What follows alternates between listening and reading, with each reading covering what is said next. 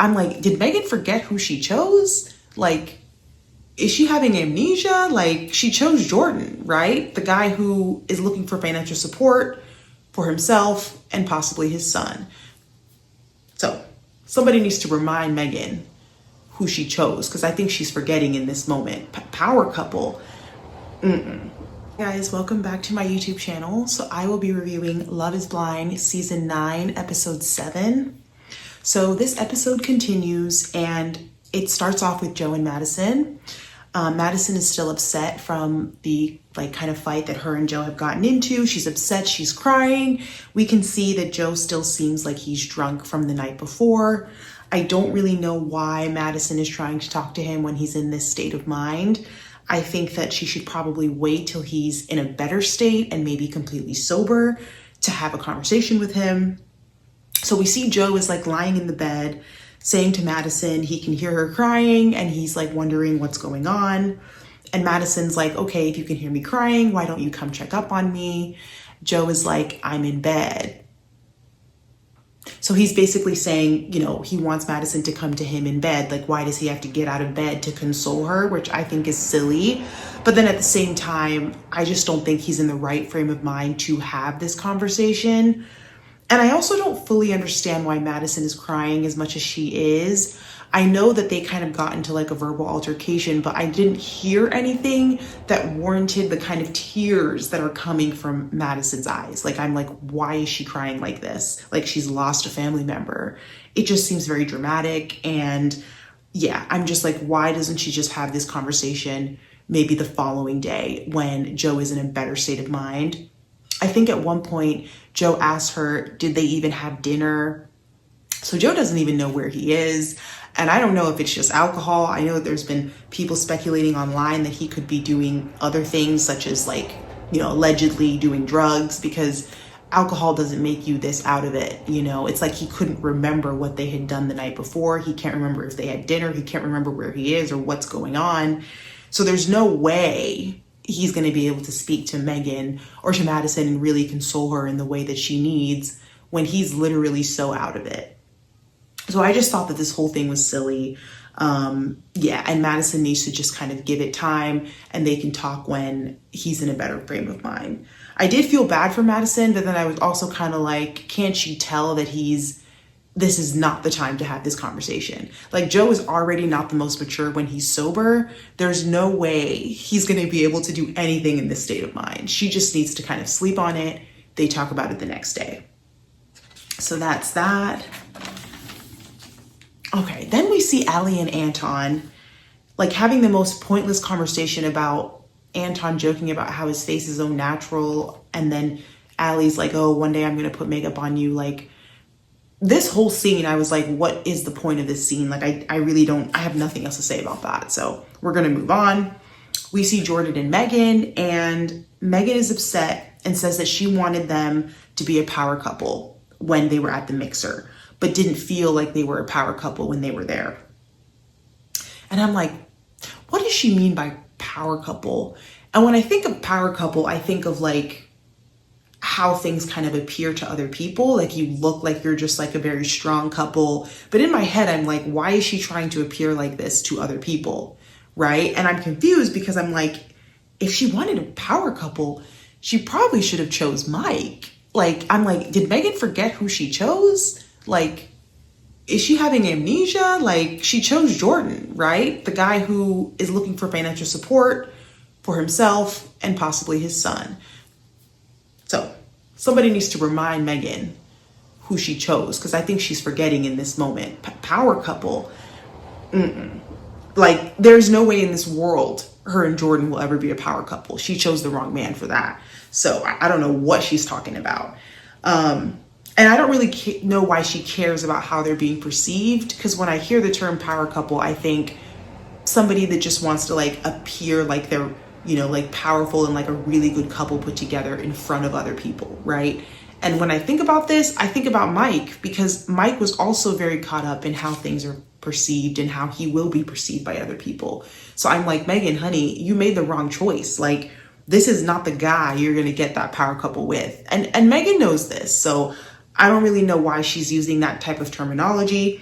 And I also think it was weird for her to say this because I think that she was upset because, you know, Jordan didn't give her like the attention that she really wanted when they were in that group setting. I think she was frustrated with him acting like a little immature and just like joking with the guys a little too much and maybe not paying her as much attention as he could have been. That was the issue, right? She's now talking about this power couple thing, and I think she's kind of glazing over the real reason why she was originally frustrated with Jordan. So I found this conversation to be odd because she never really brought that up. Then see KB and Edmund, and based on the interview that I saw from AD, right, because Calabria has spoken out and done some interviews, she said that the night that her and Edmund had the big blow up, which was basically this previous episode where Edmund's like crying, she slept on the balcony. And I'm very surprised by that. I just feel like after that kind of argument, why was KB sleeping on the balcony? Like, Edmund should go out on that balcony. Like, I find that very strange, and I don't really know why she felt like she needed to be the one to sleep outside. Like, based on how that conversation went, it should have been Edmund to go sleep on that balcony. So yeah, I thought that was interesting. So that we see Edmund apologizing to KB for what happened the night before. And I think it's a good thing that Edmund apologized, but I think that Edmund's mask kind of slipped. And I think that no matter what Edmund says in terms of apologizing, or I would not buy that. Like, I still think that KB needs to run. I still think that there is an immense amount of emotional immaturity in Edmund. And I don't like the way he handled that situation. And I know there's going to be other things that come up and he will not handle it the way it should be handled. Like, I just don't think he's emotionally mature enough to be in a relationship. So, you know, it seems like KB was okay with that apology, but if I was her, I'd be out because I still think that something's very off with him. And I don't see this working in the long run, but KB took the apology and she seemed to be okay with that. So that's that. Okay, so then we see Nick and Annie talking, and they're talking about work. It seems like Nick works a lot, Annie works a lot, and that both of them like to work. So it'll be interesting to see how their schedules kind of match up in terms of spending like quality time together, because it seems like both of them are pretty busy individuals, like in their personal lives. So then we go back to Joe and Madison, and basically they both apologize to each other over what happened. Jordan didn't like the words and some of the tone that she was using when she was speaking to him. And Megan is a very blunt person. And I just see this being a problem in the future because I know Jordan will do something else that kind of annoys Megan. And I don't know if she will necessarily talk to him in the way that he thinks is the right way to speak to him when she's not happy about something. I think that Megan is just very direct. And yeah, I don't know how this is going to look. I could also see Jordan feeling like Megan is at some point kind of nagging him, because I do feel like in the future, Megan will have a lot more issues with the way Jordan acts and behaves than Jordan will have issues with the way Megan behaves, if that makes sense. And I think that when you have that dynamic, Jordan can kind of feel like, oh, she's nagging on me. She's always getting on me. There's always something wrong. And that can be very frustrating for somebody in a relationship. So I think that that could be an issue as time goes on, but we shall see. Okay, so then we see Nick talking to Annie, and Nick tells Annie that all the guys collectively agreed that they are not sure whether they would say, you know, yes to getting married at this point on this very day. Now, I don't really know why Nick would tell Annie this. I feel like anybody hearing this as a woman is going to start to internally freak out, as Annie did, you know, because in a way there's this sense of, okay, these guys are on the fence. They're not fully in it, right? And even though they've only known each other for 3 days, and it is very normal that at this point they're not 100% in, I just don't think that Nick needed to tell Annie this. Like, I don't think he should have said it at all. I think that that's probably information that should have stayed with the guys. You know, like, not everything has to be relayed. I don't know why Nick felt like he had to be so transparent and share this with Annie. So Annie is obviously not happy to hear this. And Nick does reassure her in how he feels about her and says, you know, like, I'm still really into this. Like, I want this to work. And then Annie kind of goes on this rant. She says she doesn't need him in her life and that she wants him in her life. So, you know, Annie's kind of saying, like, don't think that you're somebody that I have to have in my life. When she said this, I was trying to figure out if she was trying to convince Nick she doesn't need him or herself. It was very strange because I was like, where is this coming from? I was like, well, what is going on, you know? And if I had to guess, I think this was Annie clearly trying to put up a sense of guard to like kind of protect her feelings and herself, because I think she clearly really does like Nick. And I think her fear is that he will eventually like hurt her in the end, right? Because for somebody to say, hey, I don't need you, like, I just find that odd. And I think that sometimes when people say that, they kind of mean the opposite, right? It's like they're putting up this like sense of like, I want to protect my feelings, right? So she's trying to tell him like, hey, I don't need you in my life. Like, I don't need you, you know? It's definitely like a protection mechanism and a guard. So Annie then says, Nick said something along the lines of that he loves her less than she loves him. Guys, like, I don't remember Nick ever saying that. Like, I don't know if maybe it wasn't aired by producers, but I don't remember him saying that at all. And this is where Annie, to me, kind of goes off the deep end, because I'm like, why is she putting words into his mouth that I never heard him say? It's almost like she's self-sabotaging, and I don't know what that's about. Yeah, and Annie just needs to kind of, you know, calm down and take a breather, because I think at this point, she could even like kind of push Nick away with this type of behavior. Like, I think she's internally freaking out a little bit and worried that maybe Nick isn't in it as much as she is. So it's making her act kind of crazy. But I think she needs to just trust the process and know that things will work out the way that they're supposed to.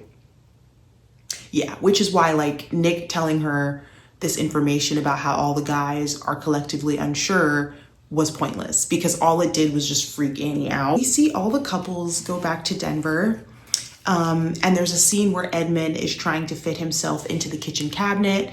Calabria is looking at him like, what is going on? But as viewers, we're not surprised by this, because we all saw Edmund kissing the floor of the men's quarters. We're not new to this, guys. We're true to this. Like, we already know what's you know, what Edmund is like. So moving on, we see Megan and Jordan. Jordan lets Megan know that he lives in a 1-bedroom and he has his own room and his son has his own room.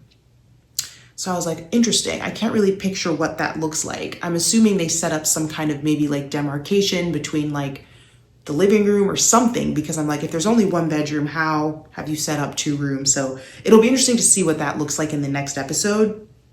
And then Megan says that she has a home in Los Angeles. So she's going to be selling that home, and basically she plans to start house hunting in Denver. So for Megan to have a house in LA, guys, Megan is living up to this nickname, Sparkle Megan, because we all know Los Angeles is very expensive. So for her to own a home there and try and sell it and move to Denver, I'm like, she's doing well, okay? Very different from Jordan, but obviously we knew this, right? Oh. So something I was wondering is, Jordan seemed like very excited to go house hunting in Denver with Megan. And I'm like, why is he so excited about this? Like, and maybe this is terrible for me to say, but let's be real. Like, Jordan is excited to move into Megan's home, right? Like, in a way, I guess it will be their home that's shared, but essentially we know that Megan will be bankrolling this home. I don't know, but in this scene alone, I just became very like, is this gonna work? I personally don't see this working. I think that lifestyle-wise, they are a little bit too different. I knew that this was like a thing in the pods, because it's like you could tell they had completely different aesthetics, came from different socioeconomic backgrounds, but I don't know if this is gonna last. I really don't. I just feel like it rarely works out in relationships when a guy is basically moving into a woman's lifestyle and the woman is financially extremely more well off. I feel like there's always issues that come with this, right? That are underlying. And like I said in the previous review, like, I do think Jordan chose Megan because he wanted to be in some way supported by her, right? I mean, he's looking for, I don't know. That's my opinion. Like, I'm not saying Jordan doesn't have love for Megan because I don't want to say that, but I'm just saying that, like, we all heard the conversation that Jordan had with the men in the men's quarters, right? When he was saying, it seems like this girl is bougie, she, might be able to support me, him and his son, right? So I don't want people to forget about that conversation. I'm not saying that the love is not there, but I do think Jordan has ulterior motives, okay? And him getting this excited to go house hunting for a house that he will not be putting any money into, I find a little bit strange. That's all I'm saying, okay? Because I'm like, that excitement, what are you going to bring to that, right? Are you just excited to pick it out and then Megan pays for it? Like, it's strange, And I just don't know why any man would be excited to go house hunting for a home they could never afford. Something about that to me is just very strange. And maybe I'm just old school and, maybe this will work out. But I just find that traditionally when there's such a gap and it's this wide in terms of finances and lifestyle, it's tough, because I think that women like to move into like a man's space and have a man show them a better lifestyle. Like, that always tends to just work better. I don't really see it working the other way around. So we shall see. We shall see, guys. Megan is nervous and overwhelmed, and she's really nervous to meet Luca, which is Jordan's son, and Luca's mom, right? And I understand Megan's nerves because she's probably thinking, I want to foster a good relationship. These are people that are really close to Jordan and I will be having, a lot more contact with. She probably wants to make a good impression. So Megan mentions that she wants to get Jordan's son a gift. And Jordan says something that I thought was pretty insightful. And he basically says that he wants his son to understand that life isn't always about getting what he wants and that they like to have experiences in life. And that's kind of what they value. And he puts a lot of value on like time spent with his son, right? And that's more important to him than receiving gifts, right? So I really liked that Jordan said this. I think that this is probably the best thing he's said all season that I 100% agree with. Money cannot buy somebody being there. Like, you can't replace somebody being there with money or with gifts, right? And I think that when you're raising a child, it's good to instill those values within them and to really show them that level of love and spend time with your child. That is huge, right? Gifts can't make up for the time that you're not spending with them. So I know Jordan is telling Megan this because he wants to make sure that Megan is not going to lead, I think, with gifts and with money. I think that that's what Megan is used to because this is the lifestyle that she's in. I think that in her mind, money kind of solves everything. And he's thinking, essentially he doesn't want Megan to in any way buy, his son's affection. Like, he wants Megan to spend time with him. He wants them to probably build like a real connection, a deeper bond outside of her just showering him with gifts. And I agree with Jordan 100%, because he wants her to just create a deeper connection with his son. And I think that that's like a great thing to hear. So yeah, so we shall see. Like, I think that fundamentally Jordan and Megan can both teach each other a lot because they are so different. But I still worry that their differences will be too much to overcome as a whole.